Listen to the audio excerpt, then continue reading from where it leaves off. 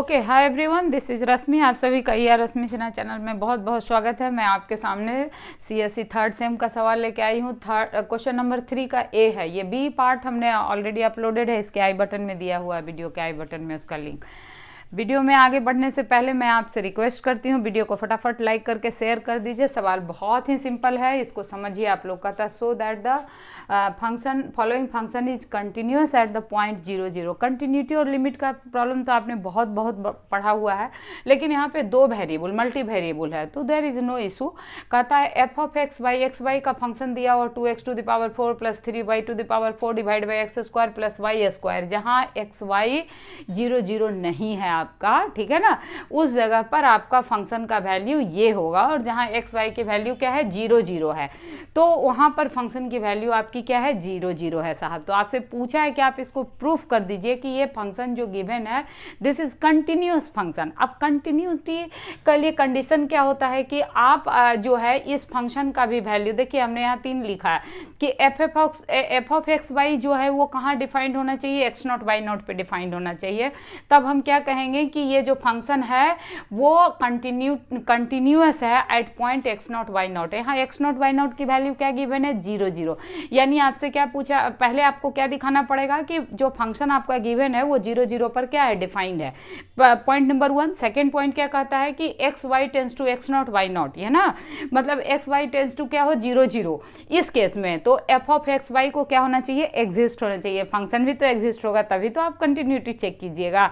तो एक तो 0 0 पॉइंट यानी एक्स नॉट वाई नॉट पे फंक्शन क्या होना चाहिए, डिफाइंड होना चाहिए। दूसरा फंक्शन एग्जिस्ट करना चाहिए। तीसरी बात क्या कहता है कि f of x y tends to x naught y naught पे आपका क्या है, f of x y is equal to f of x naught y naught होने चाहिए। दोनों का वैल्यू क्या होना चाहिए, इक्वल होना चाहिए। जब ये तीनों कंडीशन आपका सेटिस्फाई करता है तो आप क्या कहते हैं, फंक्शन आपका क्या है, कंटिन्यूअस है। ठीक है, अब देखिए इस तरह का जब आपको प्रॉब्लम दिया रहे तो इट इज़ वेरी सिंपल कि आप इसको क्या करें, कार्टेशियन ये एक्स वाई कोऑर्डिनेट से उठा करके उसको किस में पुट कर दें, पोलर सिस्टम में कोऑर्डिनेट में से पुट कर दें एक्स और वाई को, ठीक ना।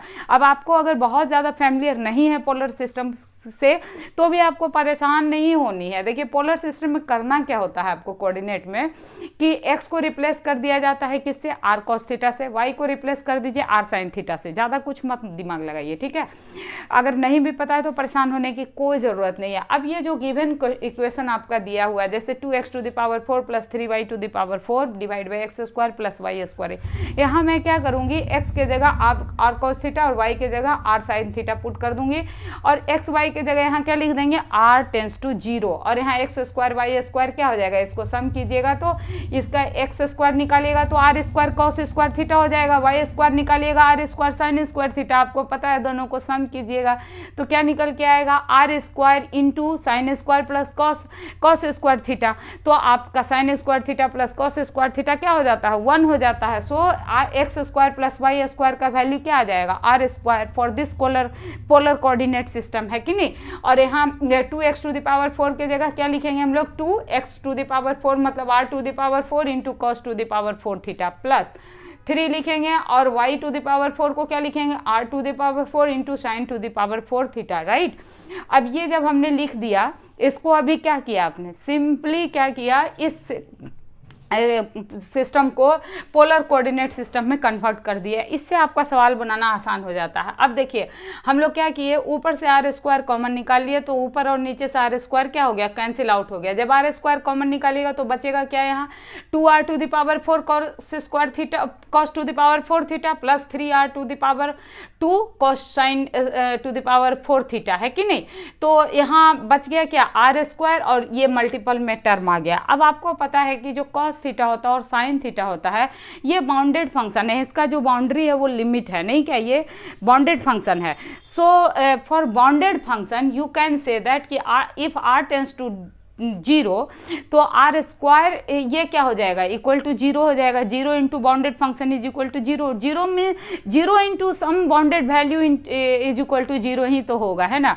अच्छा अब आप क्या कहिएगा कि जब ये 0 हो गया तो आपको क्या क्या चाहिए था फंक्शन को कंटिन्यूअस होने के लिए, एक तो फंक्शन को डिफाइंड होना चाहिए था, एग्जिस्ट करना चाहिए था। तो देखिए फंक्शन डिफाइंड है, अनडिफाइंड कोई भी चीज़ इसमें नहीं आया है।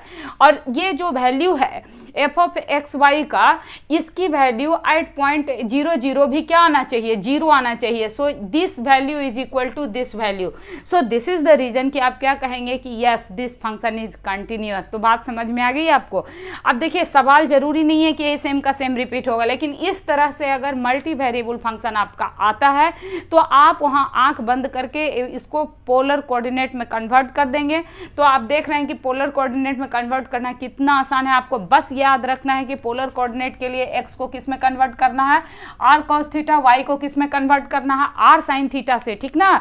तो इसको रिप्लेस कर दिए और उसके बाद एक्स स्क्वायर बाई स्क्वायर या जैसा भी आपको दिया रहेगा उसको मैनिपुलेट करेंगे। और इसके बाद अगर ये फंक्शन बाउंडेड है तो ये बिल्कुल सही करेक्ट रिजल्ट देता है। अगर फंक्शन बाउंडेड नहीं है तो दिक्कत की बात आती है। खैर उसके लिए अलग से एग्जांपल हम लेंगे किसी और वीडियो में, लेकिन फिलहाल इस तरह से अगर आपका सवाल आता है तो just go through this method. आपका सवाल बन गया। ये 7 मार्क्स क्वेश्चन था। आप देख रहे हैं कितना आसान क्वेश्चन है। तो हम समझते हैं आपको वीडियो बहुत अच्छा लगा हुआ है। प्लीज़ वीडियो में कमेंट करके जरूर बताइएगा आपको वीडियो कैसा लगा, और लाइक करके शेयर जरूर कर दीजिएगा। आपको एग्जाम के लिए thank you, best of luck, and watch करने के लिए बहुत बहुत धन्यवाद। Thank you so much.